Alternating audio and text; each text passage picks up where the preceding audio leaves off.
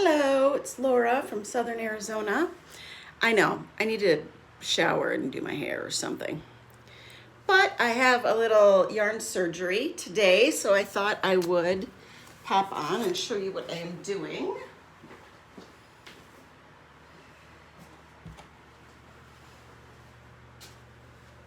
I have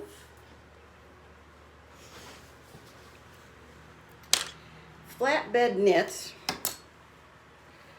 a blanket. And this was an older acrylic that I got in a lot from eBay. And as you can see, after I washed and dried it, it kind of shrunk, plasticified, whatever. So I went in, I had two sections of that yarn, and I went in with long needles and took out the one section. I'm now going to hang this on my machine, and then I'm going to use, I just went out and bought this today on the way home from school, dropping off the child. We had to buy a new soccer ball because she needed the next size up. So I bought this, and I will add back in. Basically, I'm just going to use half of this in place of the white, and then I'll take out the next white section, and I will do half on that section to redo the blanket. And you can do that in hand knitting, you can do it in machine knitting. The trick to machine knitting is remembering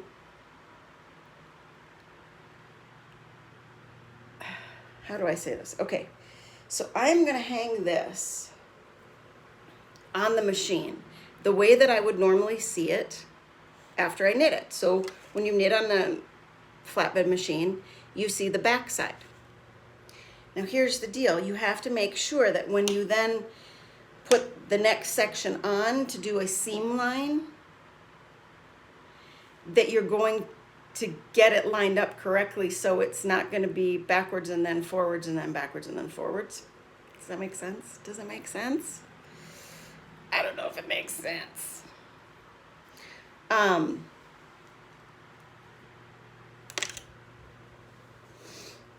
But actually, I think I'm going to hang this darker one, then knit, and then put the other one on. Just to have the little extra work that I'm working with lower. And that's the biggest thing that you've got to be careful of. And what else have I done? I have taken a few sock tubes that I had and finished them. My daughter went back to school on the 20th of July. And I'm going to start on this end and work my way down. It is now August 4th. And soccer starts on Monday. She's got a very serious coach this year, so I don't know if we'll actually last. Because she's not actually all that serious about it. She's more like social about it. She does things for the social benefit, and he is like, no, we wear our cleats, we wear our protective gear, you know, we're working.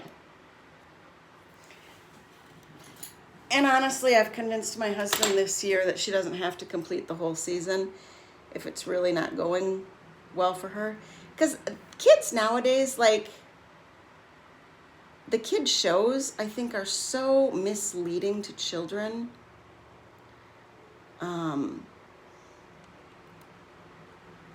And so I think we get them into these things and they have certain expectations and they're just so far from reality. And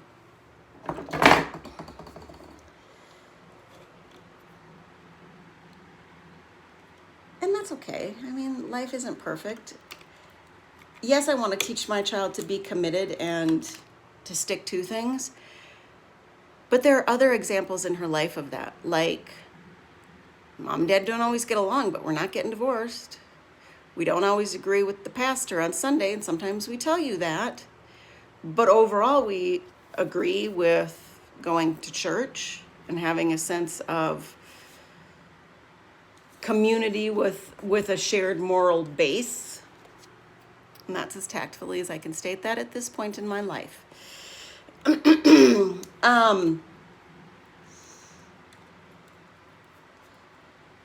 So, yeah, plus I think that just the physical act of all the extra driving and time is wearing on my husband this year, so he's more willing to let her get out of it if she decides that it's really not her cup of tea. Last year, she scored a goal in the first game, but she was so much bigger than the other kids in her deal, her group, that she was afraid to really get up there and play hard. She didn't want to hurt him. And I think they have her in a bigger group this year, like an older group, because the numbers, like she skipped a number. So instead of her being with kids her age and the year younger, I think she's with kids her age and the year older. Because I thought she would have another year at the same size of ball, and she's in the bigger ball size. So that tells me that she got moved up. So we'll see how it goes. Here's the deal. I was never allowed to really be in sports. It was not a thing. Anything that took a lot of continued stuff, my parents never really pushed me to participate in. So it wasn't until I was doing it on my own in high school that I was like, no, I'm going to be in this math club and chess club and mock trial, and those were the things that I did, the very academic things. And at that point I could do them without parental involvement. So I'm not overly concerned that she's not having that experience right now at this age. She's 8 years old. I am fine with her really getting into reading. She's really been getting more and more into reading and enjoying that. And I think that is a huge thing that nowadays a lot of people just don't do anymore. I don't know why I'm justifying my parenting choices, but I'm really not. I'm just kind of sharing them. So, can I do this? Let's find out. Huh, I can. See, so I'm using the tool. I take the 3 stitches off, then I connect them. So people try to say that, sock machines, knitting boards, knitting machines, it's all cheating. Well, okay, it's cheating partially, but you still have to know the mechanics of building a garment to use these machines and get more than just a flat blanket. And even me, I'm doing a flat blanket, but I'm doing surgery on it because the old yarn, we all have experienced some of that old yarn that after it says it's acrylic, it says it's fine for the washing machine and dryer, but next thing you know, it's like melted. I think that's because it's too old. I think some of this yarn with the stuff they put in it, the sizing kind of stuff, that if it didn't get used and washed out early enough, that it really doesn't wash out later on, and it makes it this kind of crunchier, brittler stuff. I have no scientific background for that, none whatsoever. I will also tell you that I have a linker that, and why not? Why not? I'll show you. Where did it drop to? Here it is. Okay, so I have this Hague linker. It's electric. It works just fine. Yes, it's older. I just barely use it. Now, the shipping on it's going to be expensive because it's very heavy. So I will happily sell it for $300 plus shipping, or $450 no shipping, or make me an offer if you're interested, because they're not easy to find in the United States, and I don't like the idea of having stuff that somebody else could really be using, and it's just not getting used. I was recently asked about this. The reason that I bought the sock machines, and maybe someday I'd go back to a sock machine. I've had an Erlbacher, I've had a Dean and Bean. I'm just not very good. Remember, I'm legally blind. I'm not very good with how small gauge it is and actually putting the heels in or the toes with them. And because they are so much smaller gauge than these flatbeds, and I had a small gauge flatbed that I did not keep. What I have learned is I can do an LK100, which is considered a chunky machine, a 9mm machine. That's considered the gauge of the machine. Now, I typically use worsted weight on it, where if I hand knit, I'd be hand knitting it at a 5, 5.5 hand knit, maybe a 4, but you can also use a DK on here and get a more lacy deal, but you can't really go much below a DK on the 100. So I have an LK150. I have made it larger, just like I did with this. Bought some spare pieces and made it larger. Like this one is actually 126 stitches instead of just 100 stitches, which doesn't seem like a lot, but if you stop and think about it, that's a quarter more bigger. So, you know, it gives a decent panel size that's close to 4 feet wide. And for a single person to use for a blanket, my whole family loves them. I love them also because I can take a long people-sized blanket, throw it around me like a shawl, and get a fair amount of coverage down my back and also down my legs when I'm sitting. And do people really share anymore? I don't think they do. So nobody seems to want wider than that for sharing. But I have the LK100 because that is a 6.5mm gauge machine, but I can use everything down to a fingering weight at a lacier gauge for a fingering weight. And so that's why I have it. I don't have it up most of the time,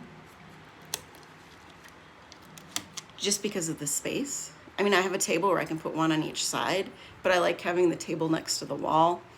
And I like having more space on the table for my stuff while I'm working on something.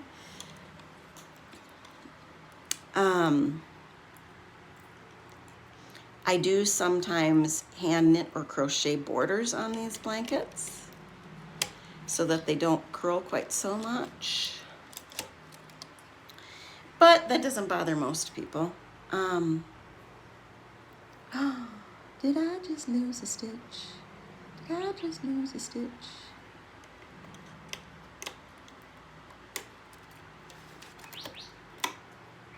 Maybe.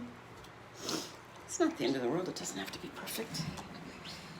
But I got all this stuff because I wanted to try it out. I wanted to see if at this stage of my blindness, where I have about 10% of my vision, which is not much. Close your left eye, look through a straw in your right eye. Imagine you're looking through tissue paper. The really fine tissue paper, so you can kind of see a little bit more through it. And it's not always that blurry. Sometimes all of a sudden I just have more clarity because the light happens to be just the right configuration of where it's coming from and how much it is and all that stuff, you know, the universal lines kind of thing.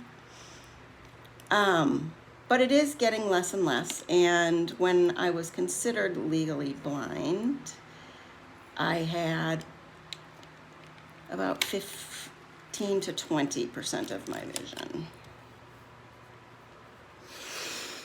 So, you know, that's a chunk.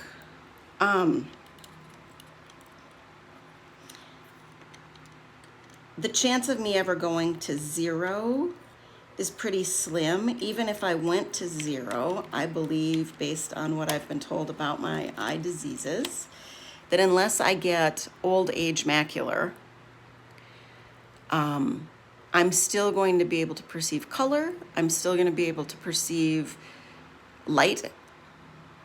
I might not be able to read printing or see a TV all that clearly, but chances are I'll still, and I don't think people really understand how much of, as you adapt to your blindness, how much you become comfortable with just guessing. You just guess and you go on about your life. It's that, or you sit in the corner and listen to books on tape.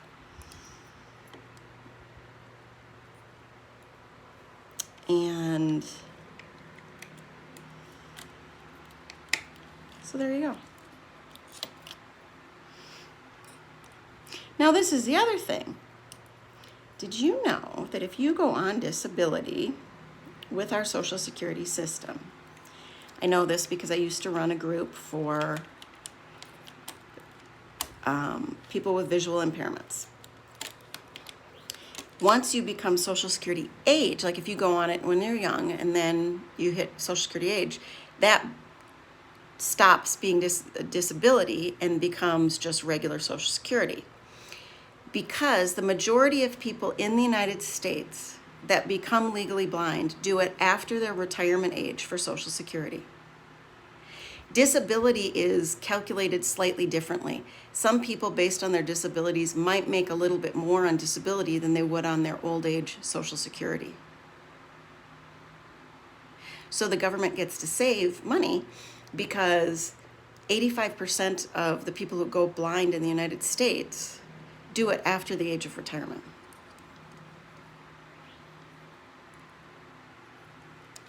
You know a lot of elderly blind people, and they've never told you that they're blind because their doctor has never clearly explained to them that they are now what's considered legally blind. You can be legally blind because in corrected vision, you are less than 2200. You can be considered legally blind because you see less than 20 degrees of vision. Most people see 165 degrees of vision.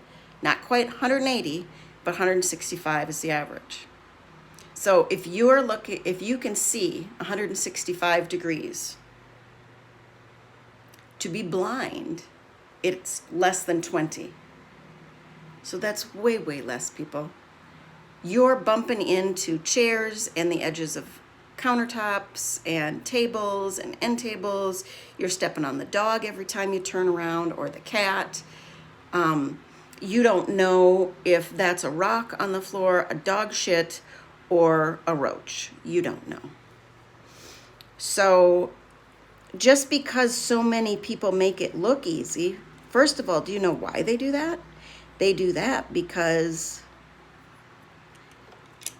of how vulnerable they feel. So they're trying to make it seem like everything's fine and good and I'm not vulnerable, so don't come attack me, kind of thing. Or don't make fun of me, or don't not want to do things with me.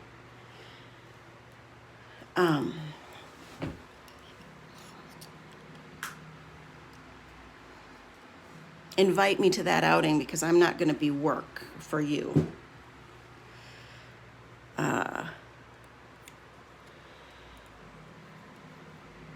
Kind of deal.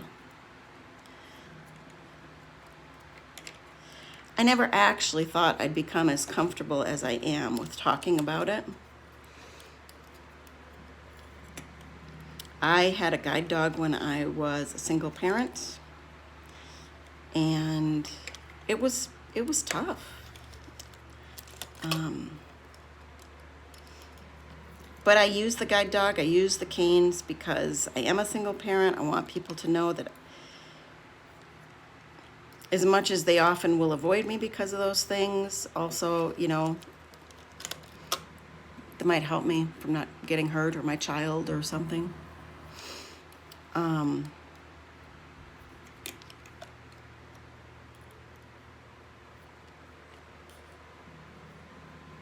And I also use those things because when I am with other people, I don't want them to have to worry about me.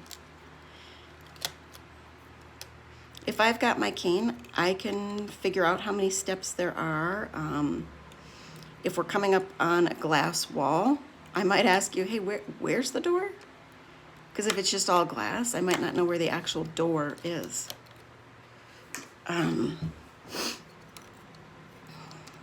But I know that's not something that most people deal with in their life. So on the yarn front, I find summer to be challenging. And this summer particularly has been challenging because of the heat. As much as I have wanted to make all these lighter garments that, oh yeah, I could wear that in summer. Yeah, not in Arizona, really, really not. Not even the linens, not even the cottons. They're just a little heavy. They're just a little, whatever. And see-through-y. Because of the blindness, I'm very conscientious about being modest. Because for the most part, I do care about being modest and being a good example to my kids. My son is very uncomfortable around people who are not modest, whether they're male or female.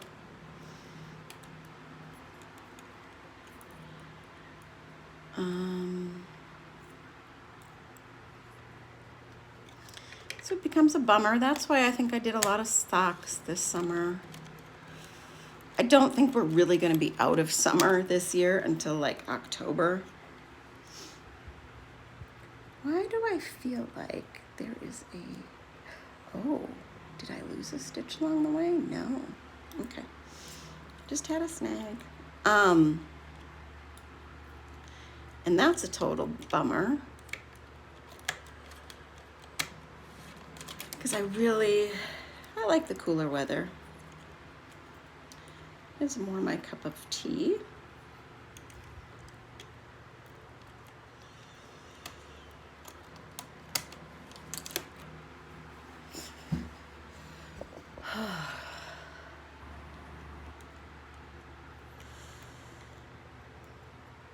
Oh, have you heard about rebounding? Do you know what rebounding is? So I'm over 50, a woman of a certain age. And I honestly, can't wait till I've grown into my older physique a little bit more. I think I'll be better at embracing it. This going from you're attractive to now you're just wrinkly, or you're just gray, or your hair's just thinning, or you're just pudged out a bit or whatever, because your body shape changes with the lessened hormones, is a challenge. But you know what I also found out about recently, and I have seen benefit within 3 weeks? Rebounding. Mini trampoline. They call it rebounding. So our lymph system, has it takes debris. It's one of those other systems that takes debris out of your body, whatever. But unlike your venous system, it doesn't have a pump to it. So it's activity and plyometric activity, up and down activity, that gets it pumping through your system. Well, I found out about this and I thought, oh God, I hate jumping up and down. So I tried a little bit. I'm like, I can't do it. Well, then I found out about this mini trampoline business. You don't even have to jump a lot on it. Very little. And you can keep your toes on it and just move your heels and stuff. Well, so I've been doing it for 2 weeks, 3 weeks, and I've already noticed a difference. I am feeling more core toned. And guess what, folks? 10 minutes a day. Because guess what? I still have a 3rd grader. I can't seem to do anything unless I have locked myself in this room and am dying of the heat. I can't seem to do anything for more than about 10 minutes without being interrupted. So 10 minutes a day is all that it's taking. And I'm feeling more core. I'm seeing a little bit of looseness in my waist. because I have gained 15 pounds with the menopause, and most of it is in the shape of my waist. I'm trying to accept it, be as healthy as I can be, but also do the best I can to not let it get any worse. I'm okay going up a pant size. And I feel better. I'm feeling a little less achy in my joints. Not quite as immediately dramatic as when I got the grounding sheet for my bed, but a very similar effect now 2-3 weeks into it. And I think I am about 3 weeks into it. So I would highly recommend that. And I just got the cheapest one I could find. It was Amazon, one of the off brands on like an open box price. So I think it was $34 after it was all said and done.